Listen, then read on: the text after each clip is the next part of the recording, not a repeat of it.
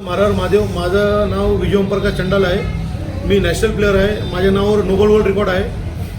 जगामध्ये Nobel world record 320 किलोचा squad मध्ये विदाउट बेल्ट मारलेला, तर त्याचं माझ्यावर नाव नोबल वर्ल्ड रेकॉर्ड रजिस्टर आहे. आज मी निवडणूक लढण्याचा मेन उद्देश आहे. सामान्य माणूस आहे. मी माझी जर्नी जेव्हा स्टार्ट झाली होती, मी वयाच्या 14 वर्षापासून भट्टीमध्ये काम करत आलो आहे. तर आज काय होतं, जेव्हा नगरसेवकचे इलेक्शन येतात तर काय होतं, नगरसेवक तुम्हाला दिसणार नाही. ते 5 वर्ष झाले तर ते तुम्हाला रॅलीमध्ये दिसणार.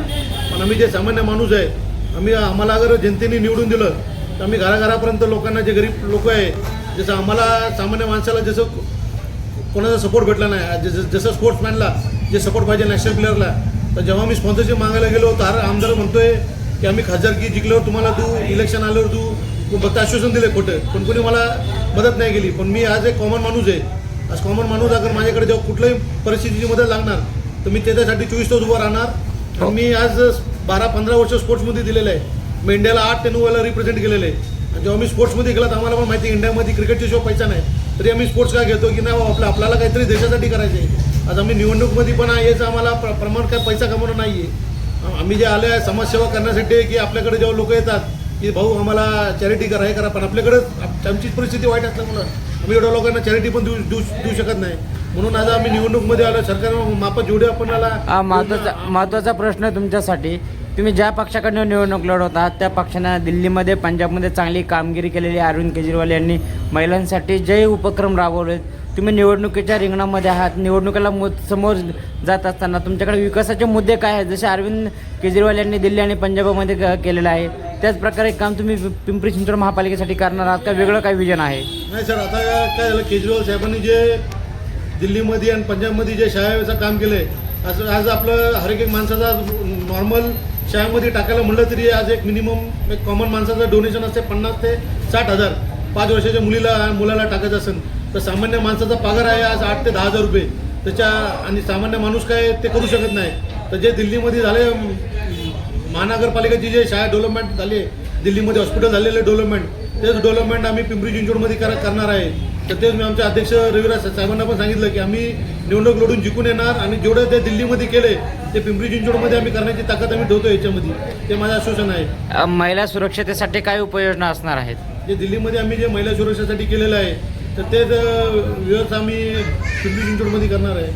जे हेल्पलाईन नंबर आहे आमचा, जो 24 तास नंबर चालू असणार आहे. आमचा पक्ष अगर जिंकून आला तर आमच्या पक्षाच्या तर्फे पूर्ण महिलाला सुरक्षेचा गॅरंटी आमची असणार आहे.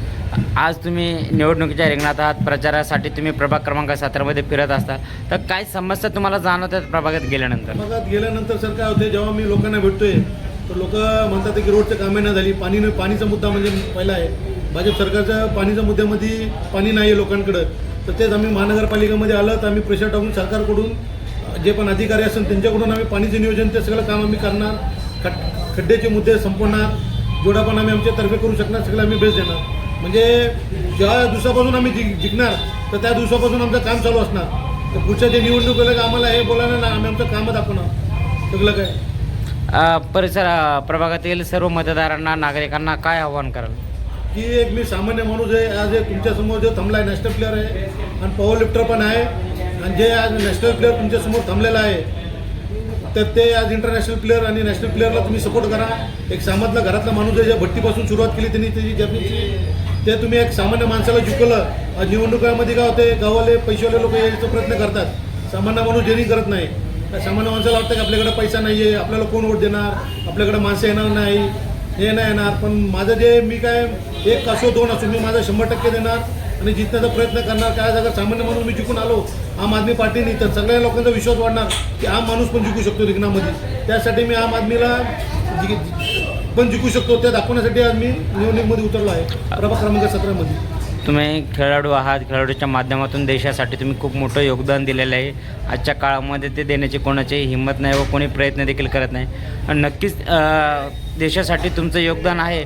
ह्या आशेवर आणि ह्या भरोश्यावर लोक तुमच्याला मतदान करतील अशी तुम्हाला खात्री वाटते? हां साहेब, तुम्हाला आहे की मला विश्वास आहे की आज सामान्य माणूस जे आहे, जसं मी खूपचं लोकांमध्ये गेलो नाही का, माझा जेव्हा स्पोर्ट्समॅन होतो तर माझी पूर्ण तयारी 12 ते 15 तास स्पोर्ट्समध्ये लागायची. पण आज जेव्हा मी लोकांमध्ये भेटलो तर मी लोकांना आश्वासन दिलं आहे की जे मी स्पोर्ट्समध्ये बेस्ट केलं, कुठल्या पण स्पोर्ट्समध्ये मी 4 स्पोर्ट्स केलो देशासाठी. मी बॉडी बिल्डर होतो, त्याच्यामध्ये मी नंबर 1ला होतो. मी मॅरेथॉन रनर होतो, माझा 10 किलोमीटरचा टायमिंग 40 मिनिटं, त्याच्यामध्ये बेस्ट दिलं. मी जेव्हा स्प्रिंटिंग होतं त्याच्यामध्ये मी बेस्ट दिलं, पॉवर लिफ्टिंगमध्ये मी बेस्ट दिलं. आता मी जे इलेक्शन निवडणुकीमध्ये जेवढा का मी माझा 1 नंबरवर सगळं काय बेस्ट करू शकतो तेवढा माझा मी बेस्ट दिला.